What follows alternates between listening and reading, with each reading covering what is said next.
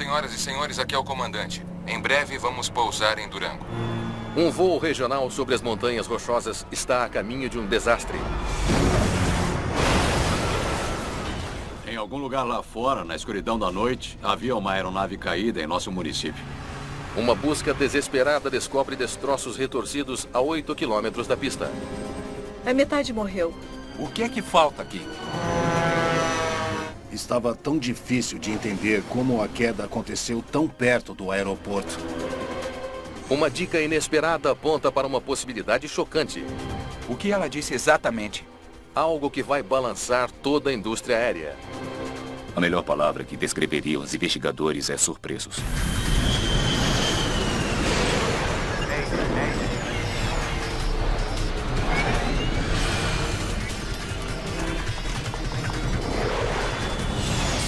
Acidentes aéreos. Esta é uma história real baseada em relatórios oficiais e relatos de testemunhas. Aproximação perigosa. É uma fria noite de inverno no aeroporto de Stapleton, em Denver, Colorado. O comandante Stephen Silver e o copiloto Ralph Harvey estão quase prontos para a decolagem. Todo mundo está sentado? É, todo mundo está. Tudo bem lá fora? Dei uma volta e estava tudo livre. O voo 2286 da Trans-Colorado está bem perto do aeroporto do município de Durango-La Plata, no sul do Colorado. Chegando em Durango, eu quero estar no ar de novo o mais rápido possível. Não deve ser um problema. Não precisaremos reabastecer. É o quarto voo do dia da tripulação e eles estão atrasados. O mau tempo causou um atraso de 40 minutos. Vamos ver o que podemos fazer para tirar esse atraso. Pode deixar. Parece que sempre estamos atrasados. Você está constantemente tentando recuperar o tempo, porque você tem voos de conexão. Os passageiros querem pegar esses voos, assim como nós também queríamos se fôssemos passageiros lá atrás. Hoje há 15 passageiros no avião turbohélice, incluindo Suzy Welch. O meu irmão estava doente na Califórnia. Eu estava lá, voltando para casa após visitá-lo. E eu perdi a minha conexão. Então, era um avião em que eu não deveria estar, para começar. Trans-Colorado 2286, você está liberado para decolar. A Trans-Colorado é uma pequena companhia aérea regional que opera voos para a Continental Airlines. 2286, liberado para decolar, obrigado.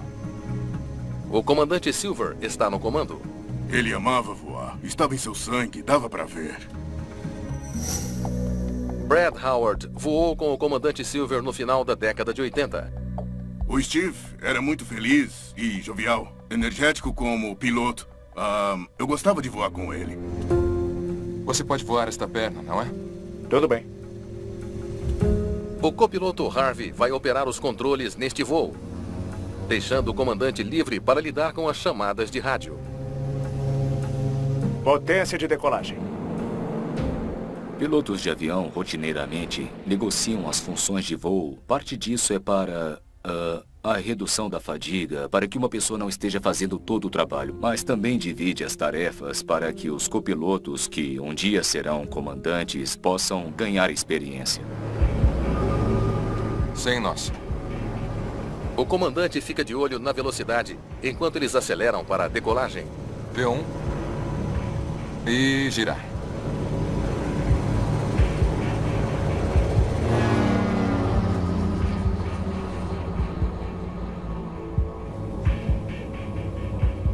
Eu estava um pouco apreensiva porque o tempo não estava tão bom antes de eu embarcar. Mas quando embarquei, pensei...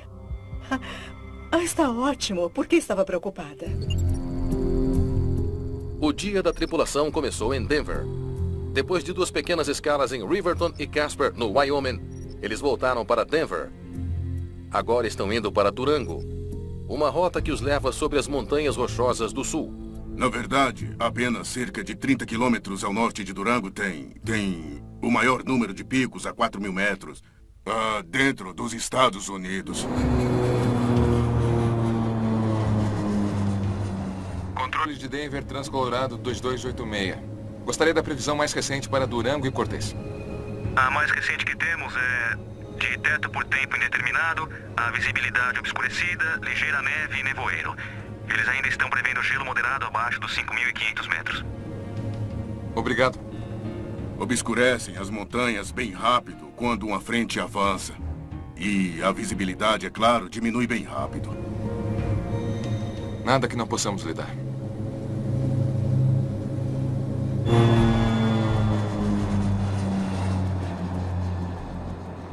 A cerca de 20 minutos do aeroporto, os pilotos revisam os procedimentos do pouso. Então vamos em linha reta para a pista 20, ok? Pista 20. Parece bom. Controle, vamos planejar um DME para a pista 20. Aprovado. Transcolorado 2286. Liberado para aproximação pela pista 20 no aeroporto de Durango. Como muitos pequenos aeroportos nos Estados Unidos, Durango não tem seu próprio controle de tráfego aéreo. O controlador está em Denver, a mais de 300 quilômetros de distância. Uma vez que liberam você para essa aproximação, eles basicamente dão a você a responsabilidade de pôr aquele avião no chão. Cobertura de radar terminada. Por favor, informe pouso por rádio. Tenha uma boa noite.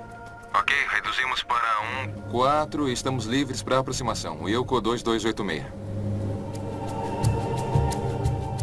Os passageiros devem estar em solo em menos de 5 minutos.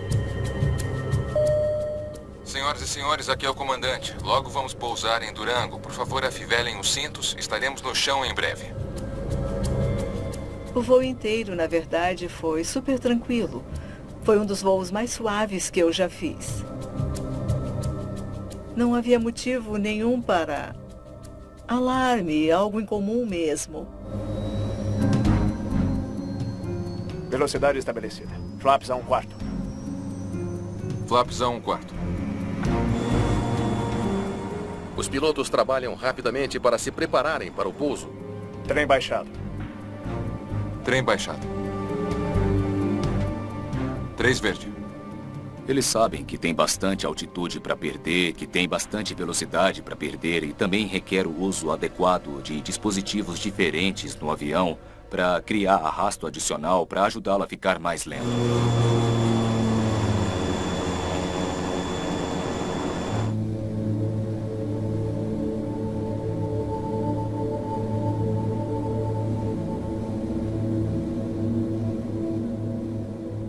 Pode ver a pista? Algo está errado. Os pilotos não podem ver a pista. Droga, estamos muito baixo! Sobe! Não, segure!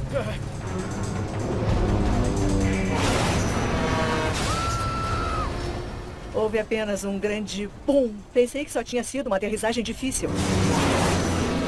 E o avião começou a dar um giro. Foi quando eu pensei, está acontecendo, nós vamos cair.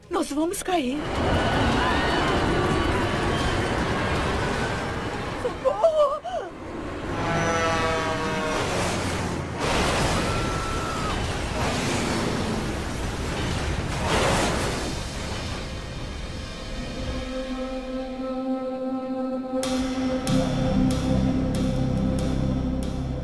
Transcolorado 2286. Aqui é Denver. Por favor, responda. O voo para Durango agora está atrasado. Transcolorado 2286. Pode me ouvir?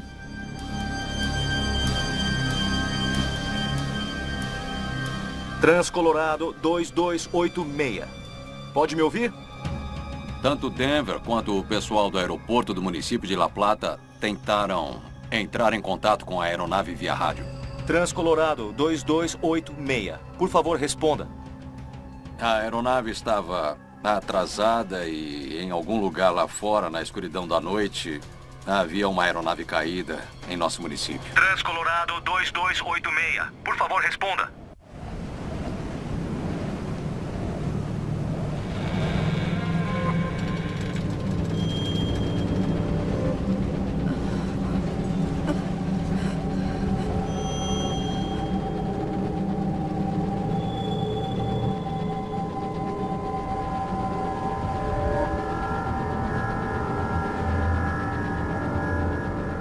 Ajude-nos!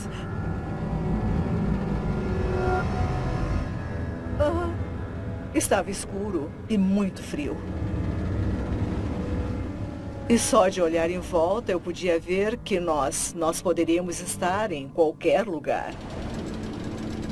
Por favor, tem alguém aí fora! Eu só pensei, eu estou aqui, Senhor, me ajude. Suzy Welch descobre que não está gravemente ferida. Mas fica claro que outros sobreviventes da queda do Transcolorado estão sofrendo terrivelmente. Nós temos que sair. Eles precisavam de ajuda o mais rápido possível. E nós não podíamos dar o que eles precisavam naquela hora. Suzy enfrenta uma decisão difícil. Ficar e cuidar dos feridos. Ou sair em busca de ajuda. Eles costumam dizer, fique onde está, alguém virá pegá-lo. Mas nós estávamos no meio do nada. Não sabíamos se alguém sabia onde estávamos. O tempo não estava muito bom naquela noite. Havia precipitação de neve na área e estava extremamente frio. Se os feridos não forem socorridos logo, eles podem congelar até a morte. Apenas aguentem. Vamos pedir ajuda.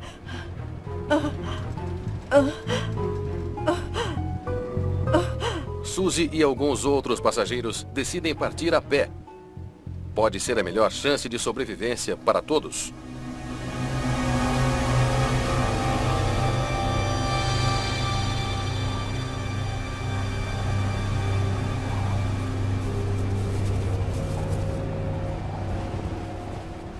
Eu estava pensando, a minha família, eles não sabem onde estamos.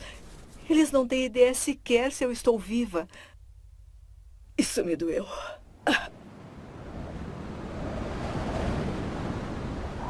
Havia cerca de 1,5 metro de neve no chão, o que realmente dificultou a tarefa do resgate. Depois de mais de 1 hora, eles dão sorte. Eles encontram uma rodovia. Eu vi um caminhão e um carro. E pensei, aleluia. Foi um alívio ver os dois. Alguns passageiros estão agora seguros. As equipes de resgate vão em busca dos outros. Nós deslocamos socorristas e equipamentos para aquele determinado local, na rodovia 160, a leste de Durango, a cerca de 10 quilômetros.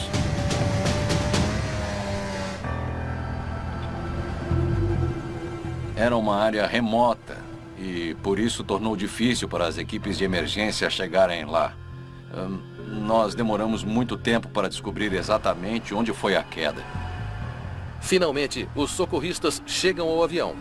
Das 17 pessoas a bordo, o acidente matou 9, incluindo os 2 pilotos. A metade das pessoas foi morta. O que, sabe, é claro que isso partiu o coração de muita gente.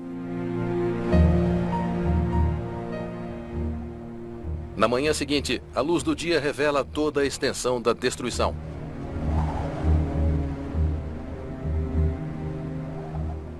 A parte da frente do avião, da asa para frente, estava bem destruída. A cauda estava em pedaços. E boa parte da asa esquerda estava faltando. Tom Halter, da Agência Nacional de Segurança dos Transportes, tem uma tarefa monumental à sua frente. É a ponta da asa direita, bem aqui. Valeu, gente. Descobrir por que um avião que fazia voos regionais se chocou contra o chão a 8 quilômetros do aeroporto. Estava difícil de entender como a queda aconteceu tão perto do aeroporto. Isso ia ser o grande mistério aqui para tentar entender. Fazer a triagem dos destroços é como tentar montar um quebra-cabeças gigante. E esse não é o único desafio. Em 1988, os aviões com capacidade para menos de 20 passageiros não eram obrigados a ter gravadores de voo. A falta de um gravador de voz na cabine e de um gravador de dados de voo digital torna tudo muito, muito mais difícil, porque então você tem que pegar as evidências do avião e depois deduzir o que aconteceu para levar o avião a cair no chão.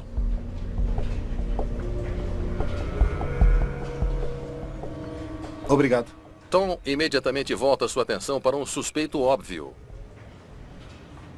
O clima. Controle de Denver, Transcolorado 2286. Gostaria da previsão mais recente para Durango e Cortez. Transcolorado 2286, para Durango, a mais recente que temos é de teto por tempo indeterminado, visibilidade obscurecida, ligeira neve e nevoeiro. Ainda estão prevendo gelo moderado abaixo dos 5.500 metros. Uma crosta de gelo é um fenômeno potencialmente mortífero que pode ocorrer entre 0 e menos 20 graus Celsius. A água superfria cobre a superfície das asas de uma aeronave e se congela, degradando o desempenho aerodinâmico. O maior problema é que ela muda a forma da asa. De repente você começa a ter, em vez de uma borda boa e arredondada, ela começa a se tornar uma ponta chanfrada. E então, em vez de um fluxo de ar suave, você tem um fluxo de ar turbulento e começa a perder sustentação na asa. Foi o que aconteceu com o voo 4184 da American Eagle. O avião estava a caminho de Chicago, quando o acúmulo de gelo nas asas provocou um giro mortal.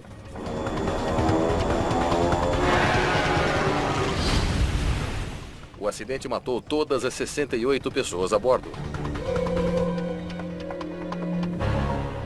A questão crítica agora é: será que o gelo nas asas do voo 2286 levou a uma tragédia semelhante em uma noite de neve nas montanhas rochosas do Colorado? A descida até a pista 20 em Durango é sobre terreno montanhoso. A tripulação teria pouco tempo para se recuperar se o gelo nas asas causasse uma perda repentina de sustentação. Não! Sobe!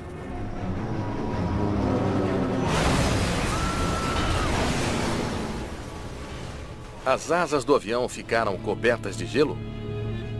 Estava na faixa de temperatura ideal para o congelamento? Tom estuda boletins meteorológicos do aeroporto de Durango.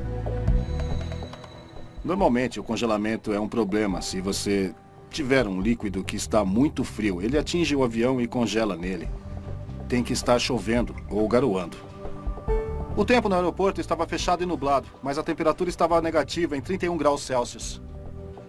É um beco sem saída. As temperaturas estavam bem abaixo do mínimo necessário para a formação de gelo. Estava tão frio naquela noite. Não havia água líquida lá fora para congelar no avião. Só neve. E assim o congelamento foi rapidamente eliminado. O local da queda, a apenas 8 quilômetros da pista, sugere uma outra possibilidade.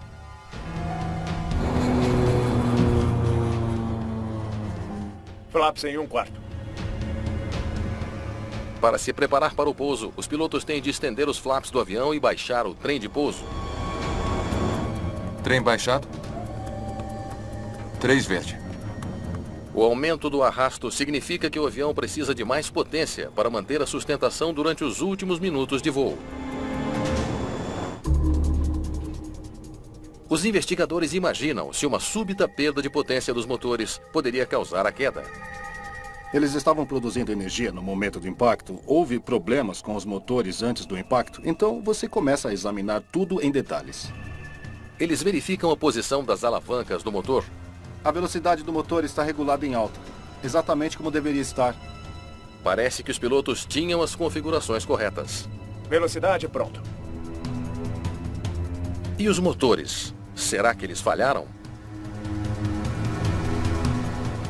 Um investigador treinado pode encontrar pistas para o desempenho do motor, examinando as pás da hélice e como entortaram no acidente. As lâminas estavam em condições de reproduzir empuxo e também, a julgar pelo dano rotacional, elas estavam funcionando no momento do impacto. Se elas não estivessem funcionando, estariam envergadas para trás, mas você pode ver, elas estavam cortando o chão e as árvores sendo impulsionadas para frente quando bateram. Ele definitivamente estava a toda velocidade, nenhuma falha com o motor. Sem caixas pretas, é difícil saber o que mais procurar. Investigadores de acidentes definitivamente utilizam um processo de eliminação. Você elimina as coisas que você sabe que não contribuíram e, em seguida, você acaba chegando a 3, 4 ou 5 coisas que fez contribuir para aquilo. Alô, Elton? Um telefonema inesperado traz uma nova pista surpreendente. Um dos sobreviventes fez uma alegação alarmante. Sério? Oi. Bem-vindo a bordo. Você está no fundo à esquerda. Boa noite. Onde você está? Você está bem lá no fundo. Uma passageira informou que ela teve a impressão de ter sentido cheiro de álcool no hálito do copiloto. O copiloto ajudou a embarcar os passageiros. Ele foi mesmo um cavalheiro. Todos concordam com isso, mas ela ficou incomodada.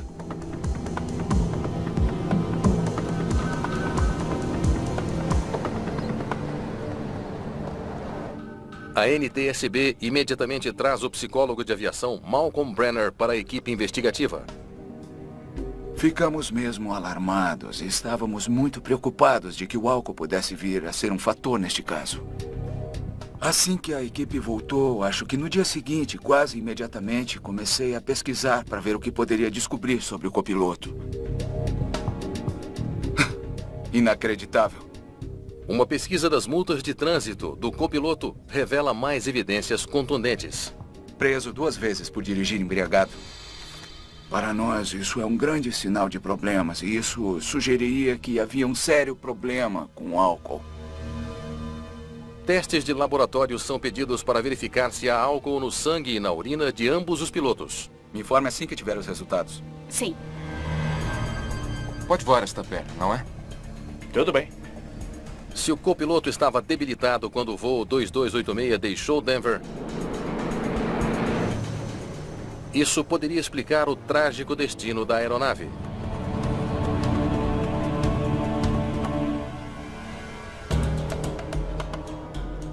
Então essa é a rota de Denver para Durango. E é aqui que eles bateram no chão. Enquanto aguardam os resultados de laboratório, os investigadores examinam outras provas. Eles esperam gravações das conversas do controlador e dados do transponder para que possam ajudá-los a montar uma imagem melhor do que estava acontecendo na cabine. Transcolorado 2286. Sub e mantenha nível de voo 230. Subir e manter 230, obrigado. Na maior parte do voo, não há nenhum sinal de problema. Eles não deram um Mayday, não fizeram chamadas, nem deram nenhum alerta assim. Transcolorado 2286. Atravesse para Durango em 1,5 km, fixo ou 14000. Livre para aproximação da pista 20. Então agora eles estão aqui. Ok, já reduzimos para 14 e temos autorização para a aproximação 2286, Wilco. Mas enquanto o avião se aproxima de Durango,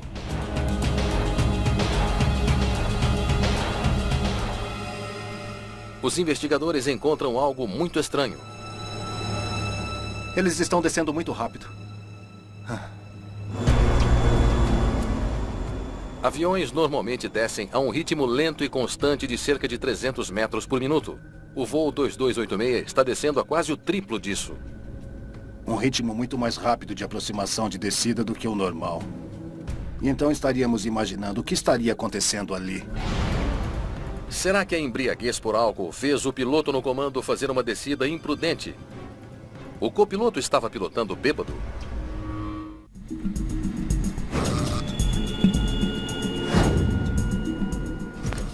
Os exames de sangue e urina chegaram. Técnicos checaram cuidadosamente amostras de ambos os pilotos. Apesar das suspeitas levantadas pela dica de uma passageira, os resultados não mostram álcool algum no sangue do copiloto. Ele não estava bebendo antes do acidente. Olá, senhor. A passageira deve ter se enganado. Ou ela cheirou a colônia dele ou outra coisa, mas felizmente verificou-se que o álcool não foi um problema. E eu fiquei aliviado ao descobrir que o copiloto tinha lidado com essa questão e me parece de uma forma bastante louvável. O que deu errado nos minutos finais do voo 2286 ainda é um mistério. Ok, estamos agora em 14 e estamos livres para a aproximação 2286, Wilco. Os investigadores agora se perguntam sobre as instruções que a tripulação recebeu do controle de tráfego aéreo. Foi dito a eles para fazer uma aproximação que era arriscada demais para as condições naquela noite?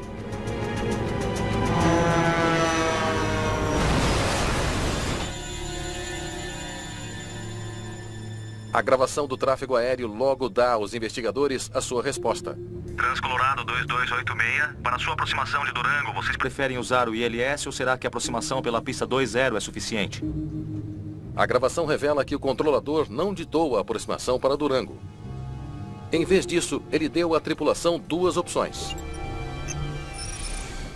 A primeira era fazer uma volta fácil ao redor do aeroporto até uma pista equipada com um sistema de pouso por instrumentos, ou ILS, que orienta os pilotos na hora de descer. A segunda opção, a pista 20, não tem ILS. Ela exige que os pilotos desçam em uma série de degraus íngremes para evitar as montanhas ao norte de Durango. A maneira como o controlador de tráfego aéreo lidou com o voo foi exemplar.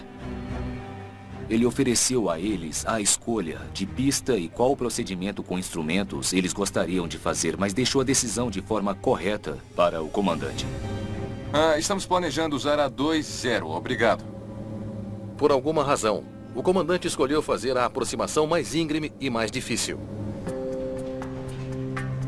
Temos montes aqui, aqui e aqui. Por que não pegar um caminho mais fácil para descer? Esses pilotos são normalmente muito bem treinados. Então, quais poderiam ter sido os fatores que ocorreram aqui?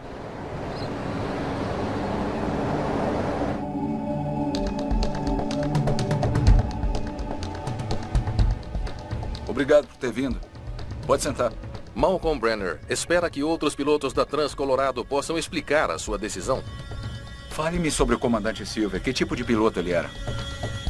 Todos concordam que Stephen Silver era um piloto habilidoso. Mas era conhecido por querer se apressar às vezes. Várias pessoas observaram que ele tinha tendência a pressionar para manter o avião no horário. Ele era uma pessoa que forçava o limite das coisas. Era um traço da sua personalidade.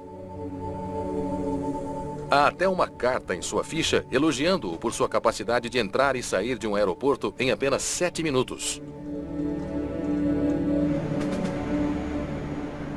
Chegando em Durango, eu quero estar no ar de novo o mais rápido possível. Não deve ser um problema. Não precisaremos de abastecer.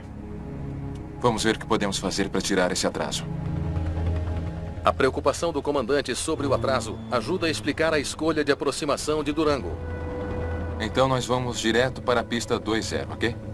Pista 20, parece bom. Controle, vamos planejar um DME para a pista 20. Liberado para aproximação da pista 20.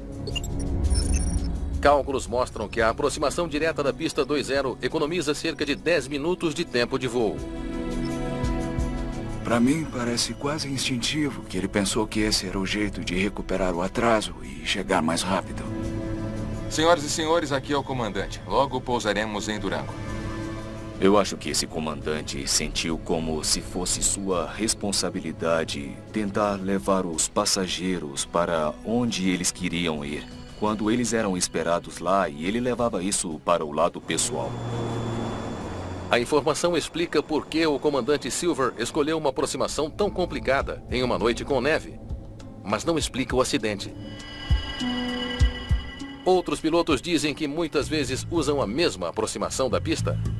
Os pilotos profissionais fazem essas aproximações com grande regularidade. Então eu suspeito que eles estavam cientes da natureza problemática da aproximação. Aproximação complicada. Os pilotos dizem que fazem isso o tempo todo. Para tentar entender onde as coisas deram errado, os investigadores comparam a trajetória de voo que os pilotos são obrigados a seguir até a pista 20, com o caminho real tomado pelo voo 2286. O que eles descobrem é surpreendente. Olha para isso. Eles são íngremes demais, mesmo para esta aproximação. A comparação revela que depois de optar por uma aproximação complicada, que exige uma descida íngreme, os pilotos da Trans Colorado fizeram uma descida ainda mais acentuada. E aqui, eles estão finalmente no caminho certo do voo. Acontece que eles continuaram caindo, como se não tivessem ideia da altitude. Não sabemos exatamente o que houve, porque não tínhamos a informação gravada que temos em um avião moderno. Está bem claro que a tripulação desceu abaixo do nível de aproximação correto. Por que exatamente, nós não sabemos. Os investigadores querem saber se os altímetros do avião ou quaisquer outros instrumentos de voo podem ter funcionado mal. Houve possivelmente falhas internas? Vemos alguma coisa entupindo os tubos que fornecem pressão para o instrumento? E assim, você examina todos os conectores. Uma inspeção minuciosa nada revela.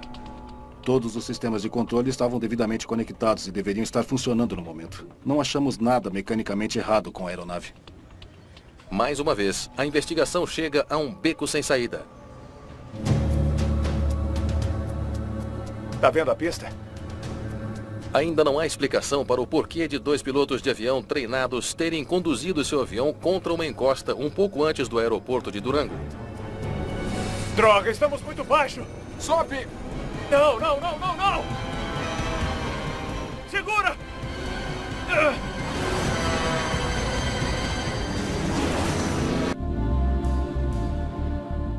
Em Denver, Malcolm Brenner examina as qualificações dos 2 pilotos do voo 2286 da Trans-Colorado. As pessoas normalmente não saem com a intenção de derrubar aviões. Então, o que havia na sua formação, em seu passado, algo em sua história pessoal, qualquer coisa que poderia ter feito com que cometesse este erro? A ficha do copiloto Ralph Harvey, que estava nos controles, contém alguns detalhes perturbadores. Fez teste para comandante, falhou. Teste de proficiência, falhou. Voo por instrumentos, abaixo da média. Malcolm descobre uma história de testes em que ele não passou. Ele descobre que as habilidades medíocres do copiloto custaram-lhe o emprego. Ele foi dispensado por um empregador anterior porque ele não conseguiu se atualizar no quesito instrumentos de voo complexos. Era exigido que esse indivíduo fizesse isso regularmente e que ele fizesse bem.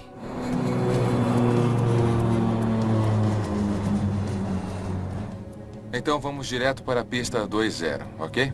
Pista 20. Parece bom. Nada que não possamos lidar. Malcolm suspeita que fazer a aproximação complicada para Durango com visibilidade limitada era mais do que o copiloto poderia controlar. Eu acho que enquanto o tempo estivesse bom, ele seria um bom piloto. Aparentemente, o problema dele foi quando as coisas começaram a acontecer muito rápido. Mas a outra questão preocupante. As funções dos pilotos de avião geralmente são cuidadosamente divididas. Luzes de aterrissagem. Ligadas. O copiloto estava pilotando. Velocidade. Então o comandante deveria estar monitorando os instrumentos e atento a erros. Esse copiloto tinha um histórico de ter algumas dificuldades com procedimentos complexos de instrumentos. E, por isso, este seria um copiloto que um comandante iria querer observar de perto. Parece que o comandante Silver não estava observando de perto. A evidência sugere que ele nunca corrigiu erros do seu copiloto. Por alguma razão, o comandante não assumiu e salvou o avião.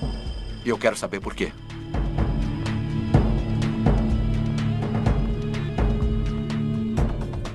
Eles entram em contato com amigos e familiares, tentando saber o que os pilotos estavam fazendo nas horas que antecederam o seu último voo.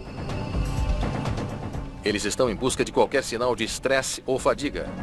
A fadiga pode ser insidiosa e grande parte dela depende da qualidade do sono que ele teve na noite anterior. Malcolm descobre que o comandante tinha ido jantar com seus pais na noite anterior à queda. Isso é muito tempo para descansar. Até onde se pode dizer, o comandante Silver passou uma noite tranquila com a família. Em seguida foi para casa para dormir.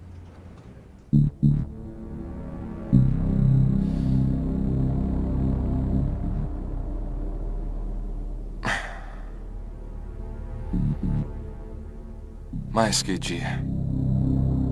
Menos de 24 horas depois, ele não corrigiria a descida perigosamente rápida de seu copiloto na direção de Durango. Após uma investigação exaustiva, Malcolm e seus colegas ainda não sabem por quê. O que é que falta aqui? Quando você encontrar uma falha mecânica, é claro, algo sofreu fadiga e quebrou. E já que essa peça falhou, isso aconteceu. E tentar entender por que as pessoas cometem erros pode ser muito difícil.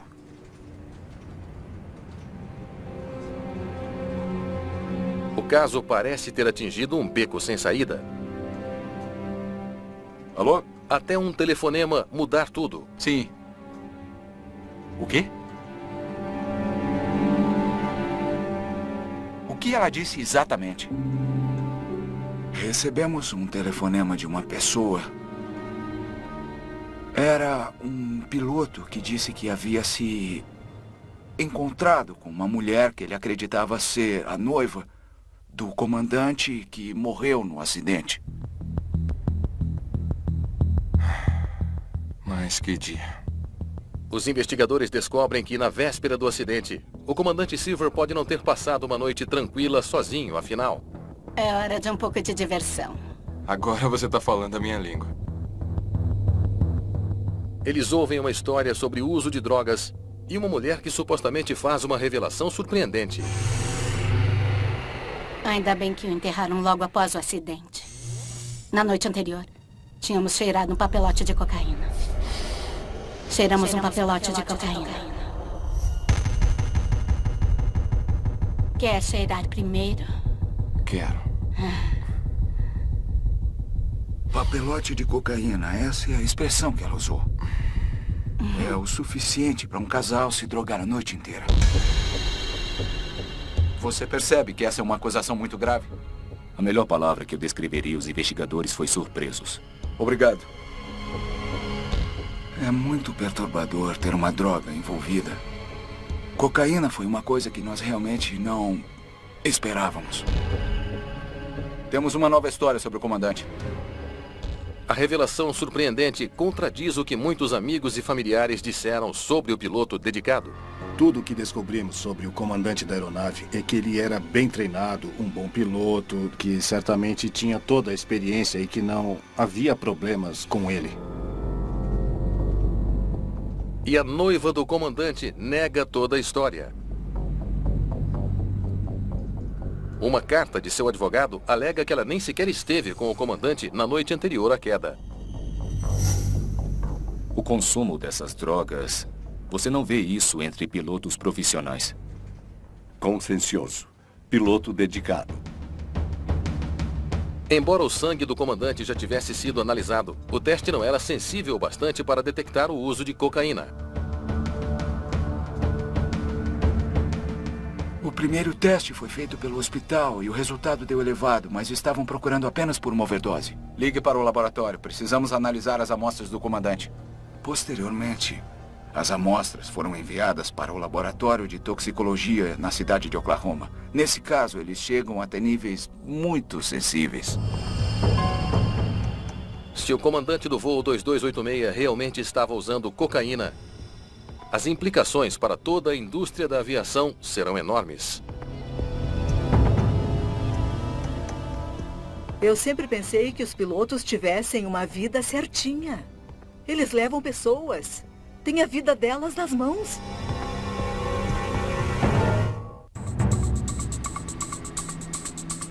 Técnicos realizam um segundo e depois um terceiro teste toxicológico em amostras do falecido comandante do voo 2286. Por causa da gravidade, eles queriam ter certeza de que não havia nenhum erro nas análises. Os resultados não deixam margem para dúvidas. Positivo para cocaína. Eles relataram que foi detectado no sangue o uso de cocaína recentemente. Ele não estava dormindo. Ele estava acordado, usando cocaína. Se, como a evidência sugere, o comandante passou a noite toda cheirando e foi trabalhar, ele provavelmente dormiu muito pouco. Ele estava em abstinência no momento do acidente. E muitas das coisas que são características da abstinência, tais como reações mais lentas e uma sensação geral de mal-estar, não iriam ajudá-lo nesse tipo de aproximação. Malcolm agora compreende a chocante cadeia de erros, negligência e comportamento criminoso que levaram à queda. Este acidente começa com um comandante que não estava em condições de voar.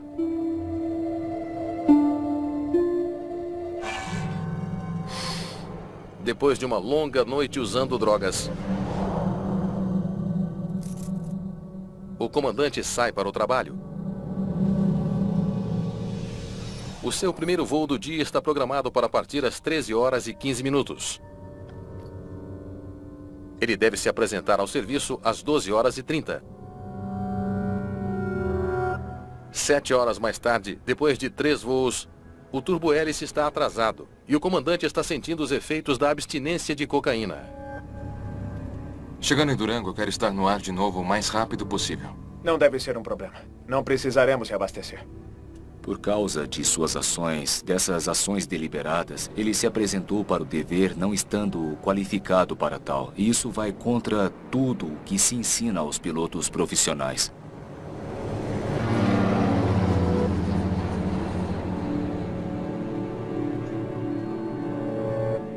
Transcolorado 2286, para sua aproximação de Durango, vocês preferem usar o ILS ou será que a aproximação pela pista 20 é suficiente? Controle, vamos planejar um DME para a pista 20. O hábito do comandante de apressar tudo o leva a escolher uma aproximação arriscada quando há uma opção mais segura disponível. Que decisão horrível. Em abstinência, ele não é nem metade do piloto que ele é quando ele está normal. O copiloto não consegue lidar com a aproximação difícil. Mas o comandante não percebe. Tá vendo a pista?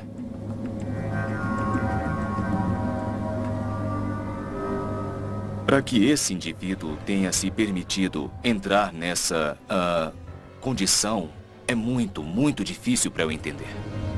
Com um piloto lutando nos controles e outro lutando contra a fadiga, nenhum deles está de olho na altitude do avião. Droga, estamos muito baixos. Sobe! Não!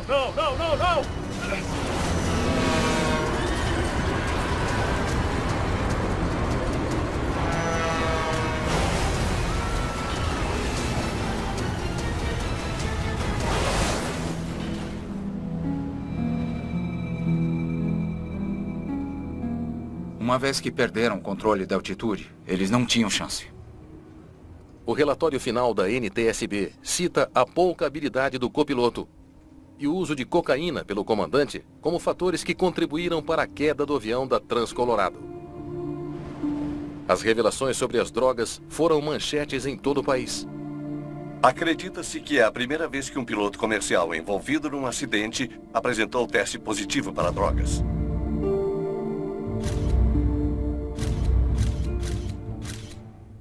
Fui totalmente ingênuo em relação à situação de Steve. Fiquei totalmente em choque. A FAA, Administração Federal de Voo, logo implementa mudanças importantes, incluindo testes de drogas mais frequentes para os pilotos. Como resultado deste acidente, programas de testes de drogas tornaram-se uma prática. E eles têm sido muito bem-sucedidos. Até onde eu sei, não houve qualquer outro acidente aéreo que envolvesse drogas. O acidente de Durango leva a outras reformas também. Regulamentos exigem agora caixas pretas em todos os voos regionais. E qualquer avião com 10 ou mais lugares deve ter um dispositivo de aviso de proximidade do solo, para alertar os pilotos caso estejam voando muito baixo. No caso deste acidente, o Comitê de Segurança determinou que um dispositivo de proximidade do solo teria dado o aviso pelo menos 23 segundos antes da colisão. E na aviação, isso realmente é um bocado de tempo. Para os sobreviventes, como Suzy Welch, as lembranças dolorosas permanecem. Mas ela sabe que o seu calvário e a terrível perda de vidas não foram em vão. Voar agora é mais seguro do que jamais foi.